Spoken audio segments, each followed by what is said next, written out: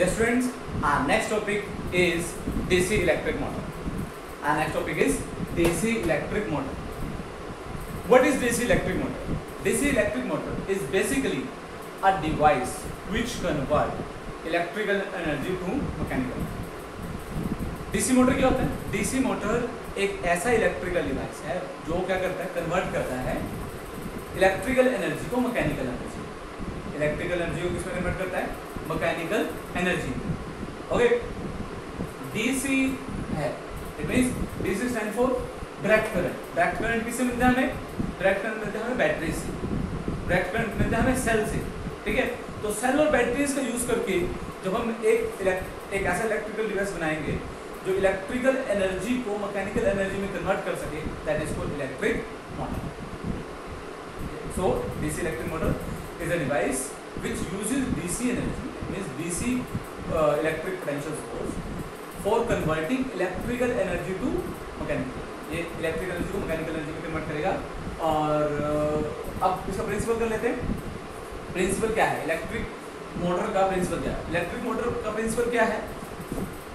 जो हमने last topic किया था, that is simply the principle of electric motor.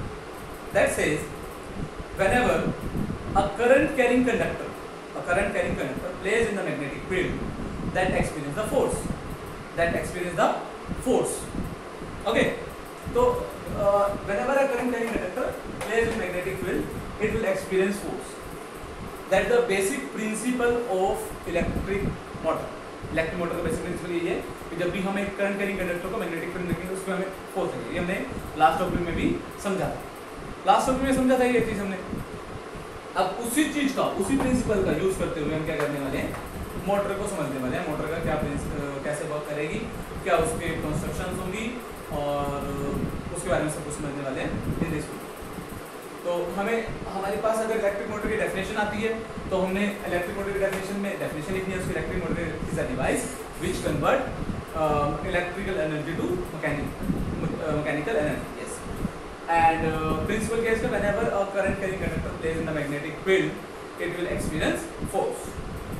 अब आते हैं उसकी कंस्ट्रक्शन और वर्किंग पर। इलेक्ट्रिक मोटर की कंस्ट्रक्शन और वर्किंग। कंस्ट्रक्शन में क्या क्या पार्ट है? सबसे पहले आर्मेचर कोइल। जी हमारे क्या आर्मेचर कोइल है। आर्मेचर कोइल क्या काम करती है? आर्मेचर कोइल पर क्या होता है, देखो एक कोई भी आयरन की फ्रेम लेके, कोई भी आयरन का पीस लेके उसके ऊपर हम क्या करते हैं, वायर को रैप कर देते हैं। वायर को लगातार रैप करेंगे तो क्या बन जाएगी? कोइल। और इसी को हम बोलते हैं armature coil, that is called armature coil. तो जो हमारा कंडक्टर है जो रैप अप होगा वो किस पर होगा? Armature coil. फिर तो armature coil is a main core of the motor on which the insulated copper wire will be wrapped। ये होता है आर्मेचर। ये हमारे मैग्नेट्स, ठीक है, ये है हमारे बेसिकली ये एक ही मैग्नेट के 2 पार्ट्स हैं। ये जो इधर लगाया हुआ है जो ये किस लिए ये शो कर रहा है कि ये ऐसे देखो इंडिविजुअल पोल एग्जिस्ट नहीं कर सकते। हमने पढ़ा है individual south pole individual north pole exist नहीं करता, इसलिए ये कर्व बनाया हुआ है। ये कर्व क्या शो कर रहा है कि ये एक मैग्नेट का क्या है, साउथ पोल है, उसका नॉर्थ पोल हम यहाँ नहीं दिखा रहे। तो ऐसा नहीं कि सिर्फ साउथ पोल इंडिपेंडेंटली एग्जिस्ट कर नहीं सकता। तो ये क्या है, हमारे नॉर्थ और साउथ पोल हैं जो क्या करेंगे, मैग्नेटिक फील्ड जनरेट करेंगे। क्या करेंगे? मैग्नेटिक फील्ड जनरेट करेंगे। मैग्नेटिक फील्ड हमेशा कहाँ से कहाँ तक होता है? नॉर्थ से साउथ पोल तक, इसलिए मैग्नेटिक फील्ड इस डायरेक्शन में। तो मैग्नेटिक फील्ड जो जनरेट करेंगे वो हमारे क्या करेंगे? Field magnets. ये तो हो गया आर्मेचर कोइल, फील्ड मैग्नेट। अच्छा, इसके अलावा क्या है? Rings, split rings. Split rings का क्या काम होता है? Split ring change the direction of current after every half rotation of current. ठीक है, स्प्लिट रिंग क्या काम करते हैं? ये हाफ रिंग्स होते हैं। ये कुछ इस तरह से, जैसे ये एक सिंपल है, एक मान लो तुमने एक बैंगल ली, उसको बिल्कुल बीच में से ऐसे तोड़ दो तो उसके 2 जो पार्ट बनेंगे उसी तरह के होते हैं हमारे स्प्लिट रिंग्स। ओके, उसी तरह के हमारे होते हैं 2 स्प्लिट रिंग, बीच में हल्का सा स्पेस होता है दोनों के बीच। ये क्या काम क्या करेंगे? ये करंट की डायरेक्शन को रिवर्स करेंगे after every half rotation of coil. वो कैसे करेंगे तो हम वर्किंग में समझेंगे। वो रोटेशन के बाद कैसे क्या कर रहे हैं, करंट डायरेक्शन कैसे चेंज हो रही है, वो सब कुछ हम समझेंगे इसमें वर्किंग में। अब बात करते हैं ब्रशेस की। ब्रशेस क्या होते हैं? B1 B2 ये क्या है, ब्रशेज है। B1 एंड B2 क्या है, ब्रशेज। ये अपनी पोजीशन से क्या होता है, मूव नहीं होते, जिस पोजीशन पर है उस पोजीशन पर रहेंगे, बट ये हमेशा क्या रहते हैं, स्प्लिट रिंग के साथ अटैच रहेंगे, फॉर्म अटैच नहीं होंगे, स्प्लिट रिंग इनके ऊपर से घूमते रहेंगे। जैसे अगर ये मेरा स्प्लिट रिंग है तो मैं उसको ऐसा अटैच कर दिया, स्प्लिट रिंग घूम सकता है इस तरह से घूमता रहेगा, पर ये अटैच रहेगा स्प्लिट रिंग के साथ, ठीक है। तो यहाँ पर ब्रश B1 और B2 स्प्लिट रिंग के साथ अटैच रहेंगे, ओके, पर ये अपने आप मूव नहीं करेंगे, ब्रश अपनी पोजीशन पर ही रहेंगे। अब ये काम क्या करते हैं, ये क्या करते हैं, ये रिंग्स का, स्प्लिट रिंग्स का कनेक्शन बनाते हैं, किसके साथ, एक्सटर्नल सर्किट के साथ। एक्सटर्नल सर्किट के साथ ये क्या करते हैं, कनेक्शन बनाते। क्लियर। ये कंडक्टिंग ब्रशेज होते हैं, ये जनरली ग्रेफाइट, ओके। तो ये हमारे ब्रशेज।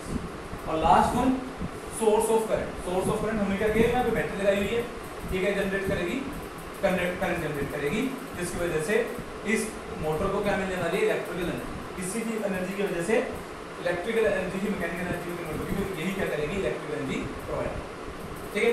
तो कंस्ट्रक्शन में हमने 5 पार्ट डिस्कस किए। फर्स्ट, आर्मेचर कोइल, जिस पर वायर रैप होगी।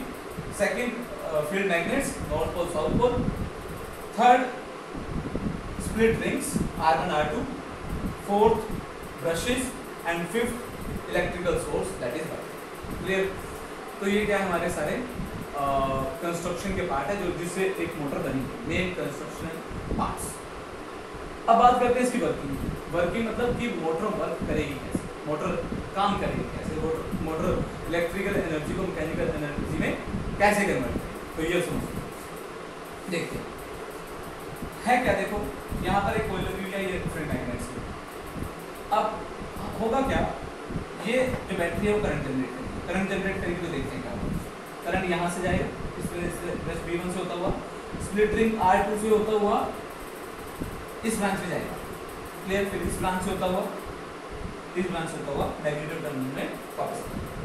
अब करंट फ्लो होने की वजह से होगा क्या, हमने पढ़ा है, जो इस मोटर का प्रिंसिपल भी है, whenever a current carrying conductor plays in the magnetic field, अगर हम उसको क्या करेंगे, मैग्नेटिक फील्ड में प्लेस करेंगे, तो क्या होगा, उस पर फोर्स लगेगा, उस पर क्या लगेगा, फोर्स लगेगा। और फोर्स की वजह से, अब फोर्स की वजह से ये जो कोइल है ना, ये रोटेट करेगी। कैसे रोटेट करेगी समझते हैं।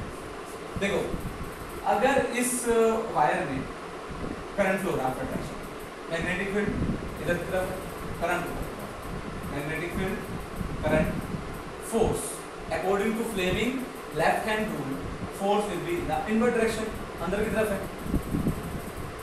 अच्छा, अगर इस ब्रांच की बात करें, करंट डाउनवर्ड है, मैग्नेटिक फील्ड की तरफ, फोर्स आउट, यानी इस ब्रांच पे आउटवर्ड फोर्स देगा, इस ब्रांच पर इनवर्ट फोर्स लगेगा।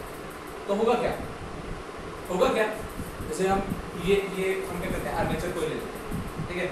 आर्मेचर कोइल पे हमने इस तरह से वायर रैप किया, इस ब्रांच को, इस वाली आर्म को कहाँ पर फोर्स कर रहा है, अंदर की तरफ, ये अंदर की तरफ जाएगी और ये बाहर की तरफ आएगी, तो ये घूम जाएगी ऐसे, इस वजह से ये घूमने लगेगी। फिर तो आफ्टर हाफ रोटेशन ये कुछ इस शेप में आ जाएगी, ठीक है।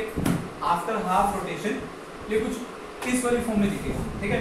होगा क्या, देखो ये जब ऐसे रोटेट होती तो इसके साथ लगे हुए रिंग्स भी क्या होंगे, मूव हो जाएंगे। ब्रशेज अपनी सेम पोजीशन पर रहेगा, आउटर सर्किट बिल्कुल सेम पोजीशन पर रहेगा। तो यहाँ पर R1 और R2 ये अपनी पोजीशन चेंज कर देंगे, ये अपनी पोजीशन क्या करेंगे, चेंज कर देंगे। R1 इधर आ जाएगा, R2 इधर आ जाएगा, ठीक है। R1 इधर, R2 इधर, पहले क्या था, R1 इधर था, R2 इधर था, अब R2 इधर हो गया, R1 इधर, ठीक है। तो ये रोटेट हो गया। सिमिलरली जो AD ब्रांच थी वो यहाँ पर आ रही है, AD, और जो BC ब्रांच थी वो इधर आ रही है, रोटेट हो गया, आउटर सर्किट आ जाएगा। तो अब हाफ रोटेशन हो गया। अब क्या होगा, अब दोबारा से देखते हैं। अब जो करंट है वो किस ब्रांच में, AD ब्रांच में अपर डायरेक्शन में है, और BC ब्रांच में डाउनवर्ड में है। तो दोबारा से देखते हैं, दोबारा से इस ब्रांच में करंट जो फोर्स है वो इनवर्ट डायरेक्शन में होगा, इस ब्रांच में जो फोर्स है वो आउटवर्ड डायरेक्शन में होगा, by the Fleming left hand rule. हम फोर्स की डायरेक्शन कैसे फाइंड आउट करेंगे, with the help of Fleming left hand rule. Fleming left hand rule से क्या करेंगे, फोर्स की डायरेक्शन फाइंड आउट करेंगे। तो कुल मिला के पहले भी ये कोई इस तरह घूमी थी, फिर दोबारा से जो ये एंटी क्लॉकवाइज घूमी थी, फिर दोबारा से एंटी क्लॉकवाइज घूमी है। तो इट मींस ये क्या हो गया, एंटी क्लॉकवाइज घूम रही है, जब तक करंट फ्लो करेगा जब तक एंटी क्लॉकवाइज घूम रहेगी। और यही क्या करना है मोटर में करना है। मोटर में हमें क्या करना है, एक किसी भी शाफ्ट पे रखे हुए कुछ भी चीज को घुमाना है ना। तो अगर हमने घुमा दिया तो हमारा मेन पर्पस सोल्व हो गया। तो इस तरह से क्या करते हैं मोटर काम करती है, इस तरह से मोटर काम करती है कि उसमें करंट फ्लो होता रहता है और करंट फ्लो होता रहता है तो वो घूमती रहती है। जैसे फैन में लगी मोटर, फैन में लगी मोटर क्या करती है, जैसे उसमें करंट फ्लो होता है घूमने लगता है। हमने क्या करना है, मेन जो बीच वाला पार्ट होता है फैन का, उसमें एक शाफ्ट पे उसे लगाया हुआ है, तो शाफ्ट घूमती है तो उसके साथ पूरा फैन। तो इसी तरह से एक बेसिक डीसी मोटर वर्क करती है। ठीक है, अब इसके